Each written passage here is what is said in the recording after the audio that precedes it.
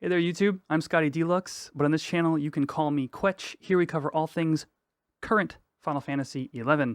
And today, the Empyrean+3 gear is finally out. Players have been asking for it since the Relic released with Dynamis D like 5 years ago, asking us, when we're going to get it, and we got the +2, we got Sort T, and that was like a taste of what was to come, and we have all been very curious about the +3 sets and how far they're going to take things.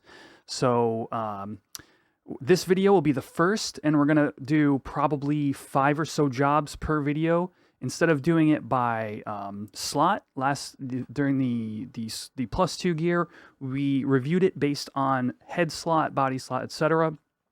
And that was one video per slot. This time we're just going to do by job. We're going to go over each of the changes to the pieces and what increased, what has been added, if anything, above what was on the +2, which is possible. There's a number of pieces in the artifact and relic that get some kind of additional thing at the +3 stage, and we're hoping for some more of that.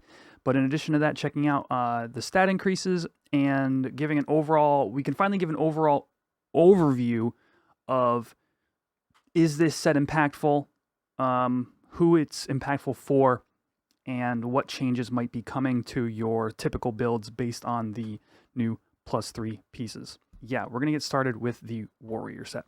All right, so here we are. The boy mask +2 to the boy mask +3, we got 1% increase in double attack, 1% increase in damage taken. Okay, more defense, more HP. The important stats here would be strength, vitality. There's a 10 in vitality, a 5 in int. Let's see. So basically they up the important stats by 5 or 10. Yeah, strength and dex are 5, vite is 10.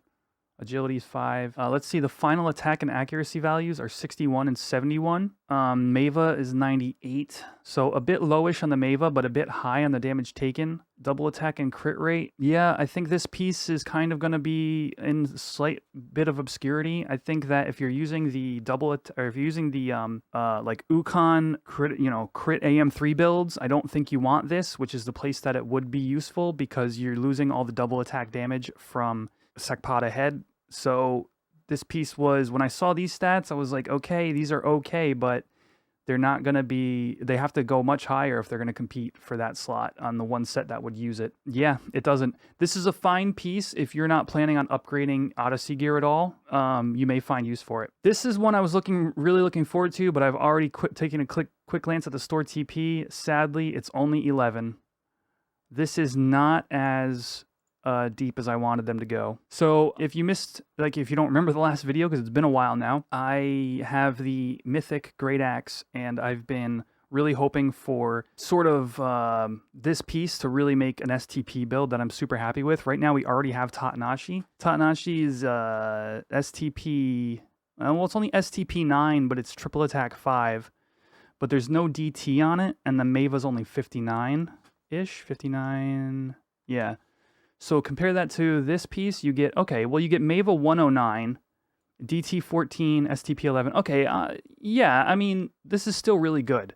I mean, obviously the Great Axe skill, in addition to the high accuracy and attack, make for a really, you know what, I like it. I wish the STP were more like 14. You know what, I like it. Like, this is going to be in my Mythic build. It's got a really high accuracy and attack, in addition to higher than Tatanashi store TP. You obviously lose 5% triple attack, but I'm here for it. Plus, I love the way this piece looks in general, like visually. So, yeah. I mean, we cannot take away from the fact that the accuracy and attack values on these are higher. So I'm just going to compare. I have the warrior. Let's see. Goji Lorica. I'll minimize the screen real quick so we can take a look at this. Here is the basic attack accuracy and attack values on, for comparison's sake, on Relic and on Artifact, right? So Relic has a naturally high attack of 85. So the Relic still has 10 higher attack, well, 11 higher attack, but it's got 14 less accuracy. Yo, Root Raider! Thanks for the sub. Welcome to the Gusher Gang, most wholesome gang on Twitch. 10 more attack, 11 more attack on the relic, 14 less accuracy, but this also has that crazy 21 great axe skill. So in general, this piece is going to sort of eclipse. Really, I want to set a baseline in this video of we need to compare the stats on the +2 and +3 to get an idea of how far they took things. Abo Omar, thank you for the follow. And let's just take a look at the artifact. The artifact has accuracy 50, attack 32. So you can see, like, they really bumped up the attack when they made the relic. But artifact also came with the set bonuses that increase accuracy. So, like, the artifact used to be your set, like, your accuracy swaps. But I think at this point, the fact that the base accuracy is only 50, and you come here with the new stuff and you're looking at, like, 64, and you don't have to worry about a set bonus. Again, in addition, this piece is a bit out of the ordinary in terms of attack and accuracy because of all this great axe skill. I really like this piece. I'm really looking forward to using it. It'll probably be one of the earlier ones that I upgrade. We'll see. Moving on. Okay, they only went to 12. All right. This was the big question I had going into today. When we're looking at WSD 8 on the +2, they have gone to 12 on the +3, which matches Niame. If you watched yesterday's video or Sunday's video, when we were talking about the pre-patch notes for the patch that was coming out today, I had said I would like to see 14 on these.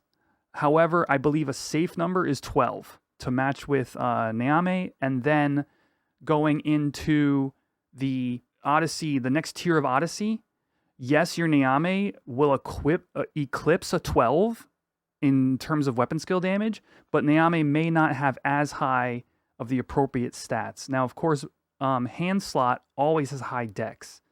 So let me just check the hands of Niame and just get an idea of where it's at. So Niame has 17 strength. So if you're using a strength-based weapon skill on a warrior, you are gaining, let's see, mind is 40 on Niame. Mind is only 38 here. Say you're using Savage Blade. Well, it's only WSD 10 for now on the Niame gauntlets. Okay. So this is better for Savage Blade. In other words, it's going to be a sort of necessary item for warriors. It's got two more weapon skill damage currently than Niame, and it's got higher strength and only 2 less mind. So, yeah, 12 WSD. This is going to be great for players who especially haven't even touched Odyssey. You now have an absolutely destructive piece for warrior. In addition to the axe skill, the one thing that I dislike, and I still dislike about this piece, is it does have axe skill, yes, you know. However, if you look at the axe weapon skills that are out there, Decimation doesn't really need the weapon skill damage. It wants multi-attack. Cloud Splitter on Farsha needs the mab from Niame, as well as the magic accuracy. Although there is magic accuracy here. So what is the comparison there? This is 40 magic accuracy, and this has 62. This is a higher magic accuracy piece than Niame. That's pretty cool. But without the mab, it's not going to be good for Cloud Splitter. This is essentially, in terms of axes, really only a Calamity and Mistral axe piece, which is kind of sad because it has the axe skill on it, you know? Yeah. Restraint is the same. Boy Coeses. PDL 10. Yes. Yes. I'm glad we got that. This is going to be awesome when we get to Thief. PDL 10 is insane. Double attack 8 is 1% higher. This piece is very good. So no longer is Sakpada going to be your go-to for your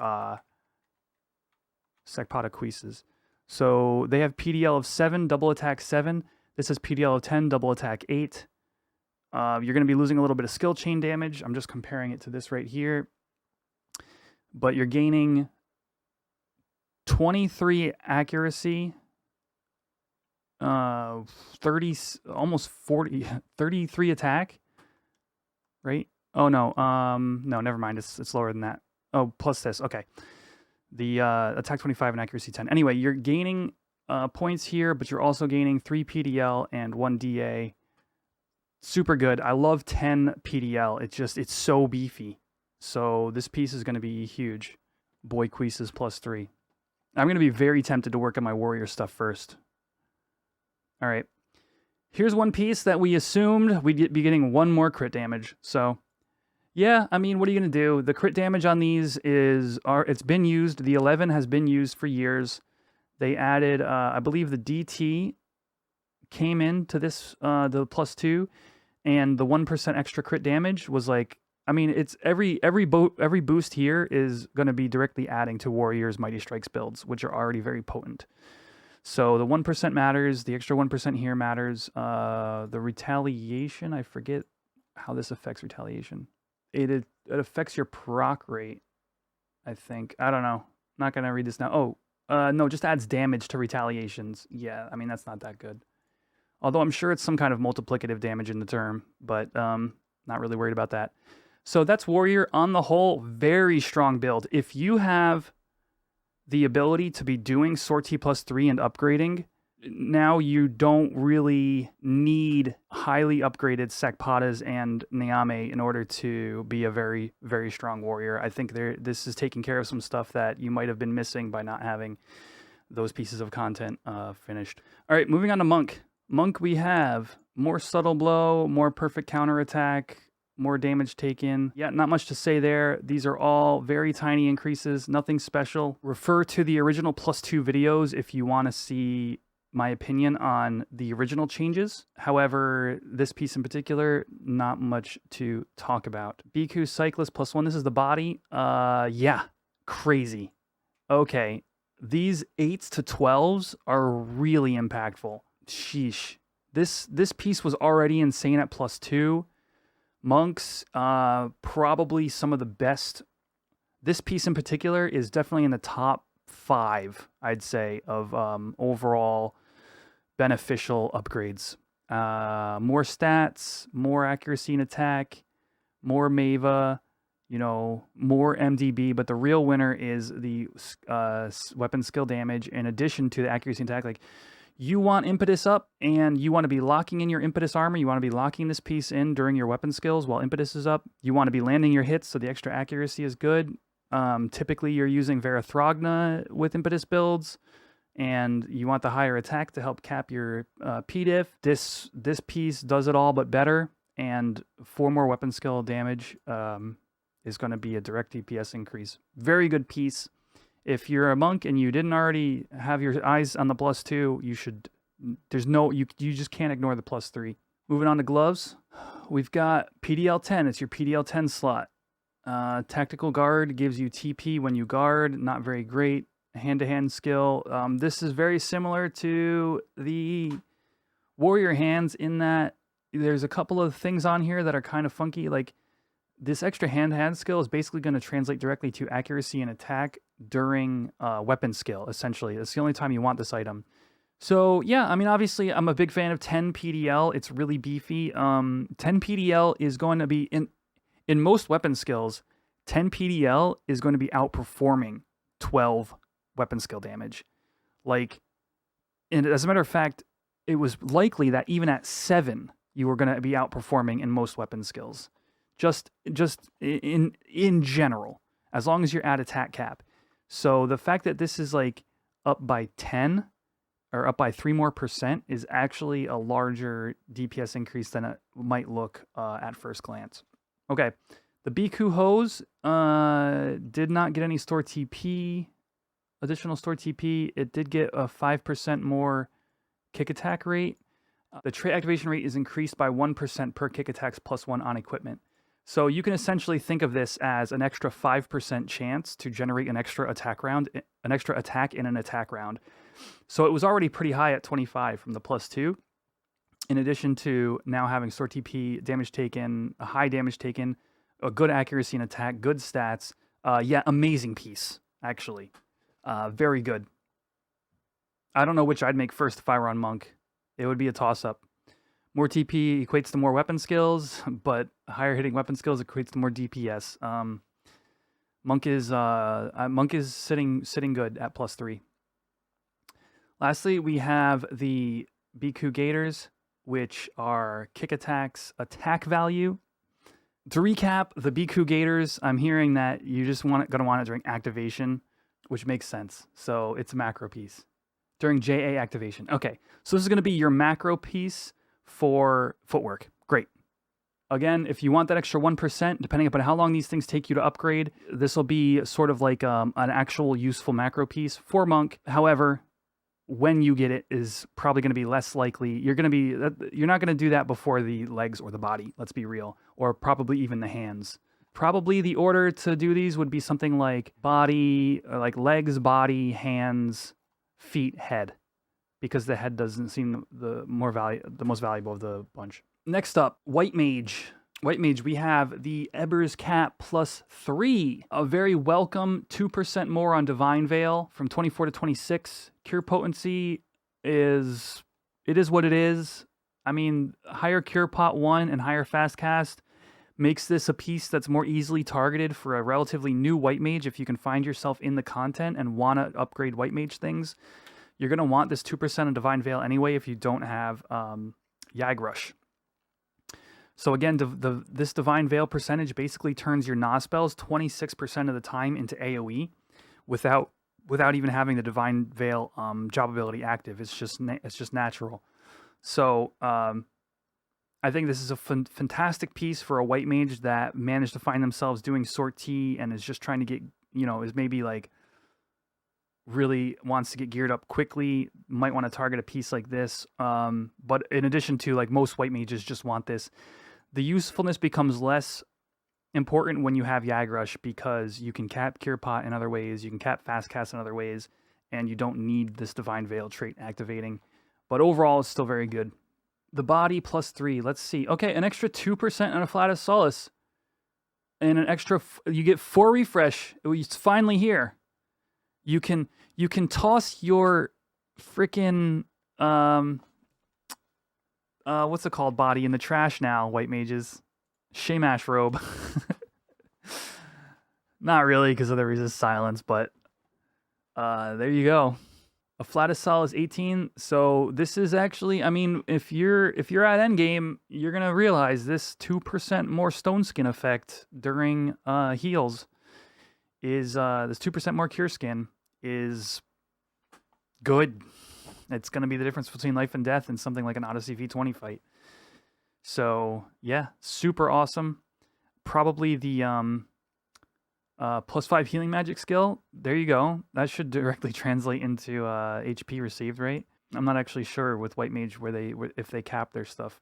This will probably be the second piece you make. The first piece we'll be seeing shortly. Divine Caress +5 regen duration. So 2 seconds on regen duration, 1% on damage taken. I'm not sure if the one more Divine Caress is one more Divine Caress is good. So this +1 Divine Caress means you'll now resist that status effect 5 times instead of 4 before the Divine Caress effect wears off. Always welcome, although I would say the margins that this are going to give you aren't going to be anywhere near as used as this +2% to a Flatus Solace. But it will come into play during at some point. The 2 seconds on regen are negligible. Because this is your mid cast for regen, maybe if you want duration instead of potency. Again, I don't play White Mage, so I'm not sure if that's a consideration for White Mage like it is in other jobs. You'll have 1% more DT while casting. So career White Mages will definitely get this. I think a lot of other people can pass early. Here we go. The Ebers Pantaloons +3, 8% of cure to MP. So there it is. We finally got it. It's that 1 more percent. So this was 6, and then went up to 7. It's now at 8. I mean, you just need to be realistic here. This is extremely important. This percentage conversion is essentially like every 1% is like multiple cures over time that you are not paying, like you are just paying less for. It's just the way the math works out is it's just like these numbers are bigger than they look. So like, because if you're healing 500 and you're converting 7% of that, that's, 7 times 5, that's 35. Now you're doing 8 times 5, that's 40. That's 5 more MP. When your cures are only costing like, how much MP is cure 4? Yeah, cure 3 is only 46 MP. Cure 4 is 88. So when you're gaining now 5 more MP on cast every, you're basically paying, the cures are basically paying for themselves, and that's like if you're only healing like 500. So anyway, these numbers, they're gonna basically improve your curing efficiency, and probably do this one first, if not the body first, depending upon your needs. I'd say you wouldn't be wrong choosing either of them. Eber's Duckbills, Auspice plus 19.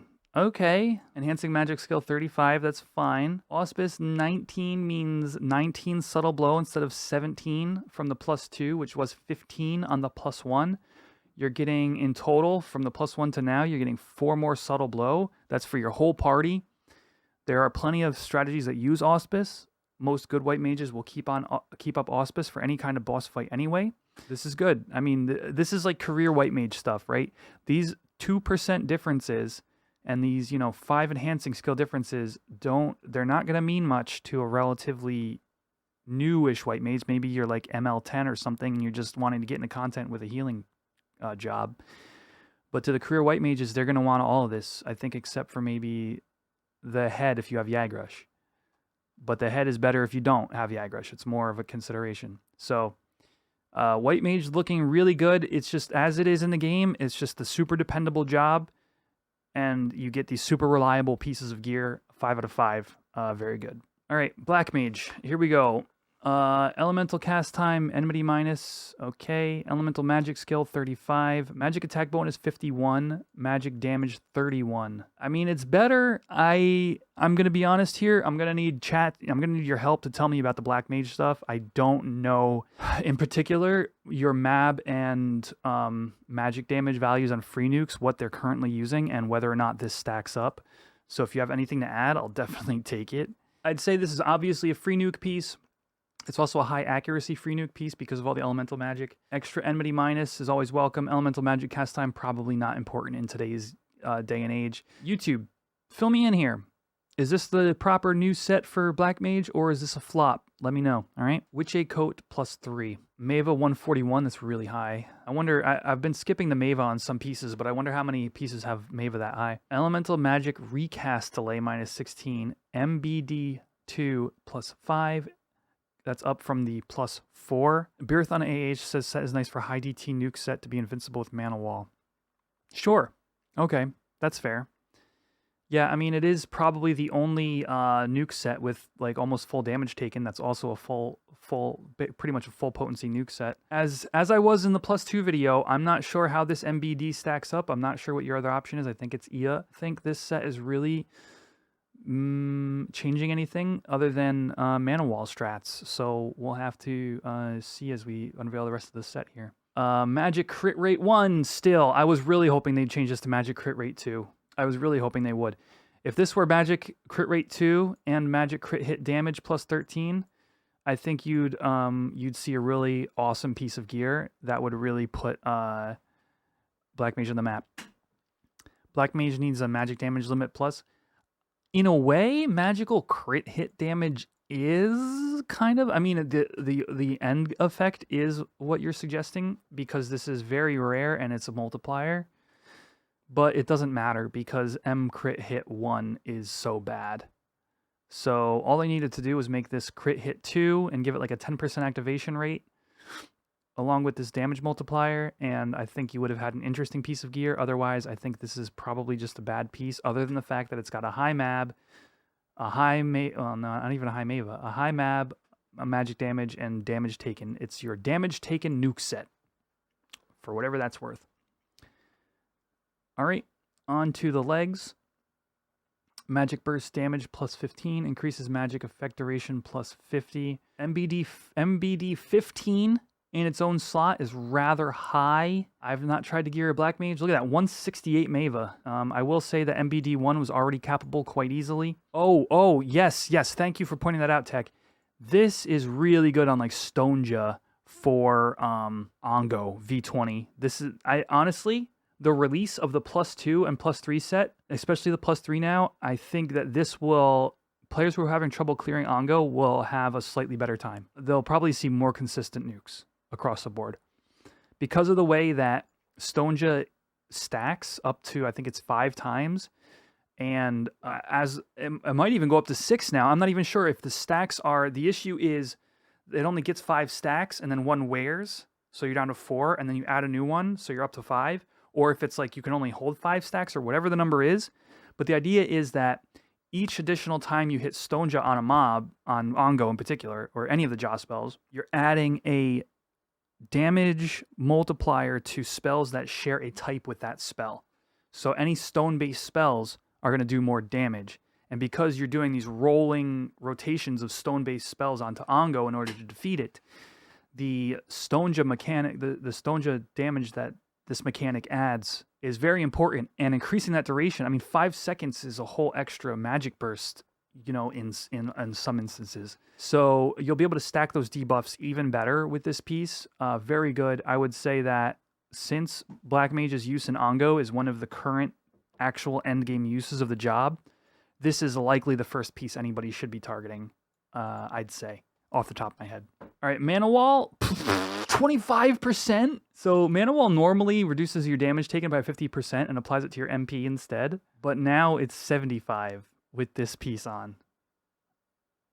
Your Mana Wall percentage. So in other words, your high DT set. Okay, so your Mana Wall set is a little bonkers with this +3 set. I will give it that. You will be able to nuke still. I don't know why you would, because if you're Mana Wall tanking something in general, you don't want to be doing anything to the mob. You just want the rest of the party to be taking care of stuff. But an extra 5% is an extra 5%. And we've gone up from the +1 to the +3 is an extra 10%. Like, this is essentially working as like DT2 minus DT2 in this during this equation. So very strong. And maybe that's where they're coming from with the rest of the idea of the set is the Mana Wall tank. I don't know. Is that the way you want to play? You want people to play your job? The job is to have a cheese tank strategy. Probably not SC. But yeah, it's cool. Here's going to be the last set for this video. We're going to do Red Mage. Red Mage has some very high potential here. Enfeebling magic, spellcasting time minus 17%, not important. This piece overall is not that great. It looks like a free nuke piece, and they didn't add anything special to it. Obviously, it's got some damage taken, but you're probably just going to want to be using the Lilith gear. So, aside from needing the +1 at the very least to get your set bonus with Red Mage, I wouldn't bother making this piece personally, at least not at first on my Red Mage. I'm more worried about some of the other cooler stuff, which I'm pretty sure is coming. Here we go. The body. Refresh +4, Enfeebling magic effect +18. Damage taken -14 is very high. Enfeebling magic effect is essentially a 2% higher proc rate on Paralyze or a 2% higher slow on slow, etc. Each Enfeeble is going to have a different bonus that this is going to add, but otherwise this is a straight increase to an already great piece. We're now getting the Refresh +4 along with... Why is the Mava 136? I mean, this is your casting idol or your general idol. It's your enfeebling piece. Super strong. This is likely the second piece that you'll probably end up making. Especially if you're a career white mage or a career red mage, you're gonna need this piece. Moving on, Saboteur got a +1. It also got 5 more enfeebling skill on this. So under Saboteur, this is definitely your magic accuracy piece. This is like a 1% higher chance of landing enfeebles during Saboteur. And obviously enfeebling magic skill plus a higher magic accuracy just makes it a very potent accuracy piece in terms of landing debuffs. A player may choose to make this one first if they're, say, having trouble progging Odyssey stuff and they just need to land their debuffs better. Lethargy Fuseau. Magic burst damage +15, refresh potency 4. So the only reason you make this piece is really for the refresh potency, but it is also a magic burst piece. Let's support our mages. Let's get higher refresh potency. Probably something you definitely want to make. This piece will probably determine the difference between a selfish red mage and a party-based red mage. Is how important you place this piece on the use of your currency. That's the word I'm looking for. How important you place the use of your currency for other stuff like DPS increases. Moving on down, to the one everybody wants to know about. Oh yeah, what a friggin' piece of gear. Here's another top fiver, chat. 4% more weapon skill damage, higher accuracy and attack, higher stats, 5% more enhancing duration. I mean, it already went up 5% here. It's going up another 5%. Between this and the earring, Red Mage got a lot of enhancing duration between these updates, and even has higher enhancing magic skill. Look at that, 5% or 5 higher enhancing magic skill. There you go. I mean, it's just really good. This is probably gonna be the first piece anybody does. Red Mage got shafted in the weapon skill damage department in previous gear sets, and now they're gonna be on par with the other jobs in terms of total amount of WSD. So there you go. That's gonna do it for video number 1. We covered Warrior, Monk, White Mage, Black Mage, Red Mage. Stay tuned tomorrow for video number 2, going over the rest of the gear sets, or the next 5 jobs gear sets. Good luck in game, and I'll see you in the next video. Be sure to like and subscribe.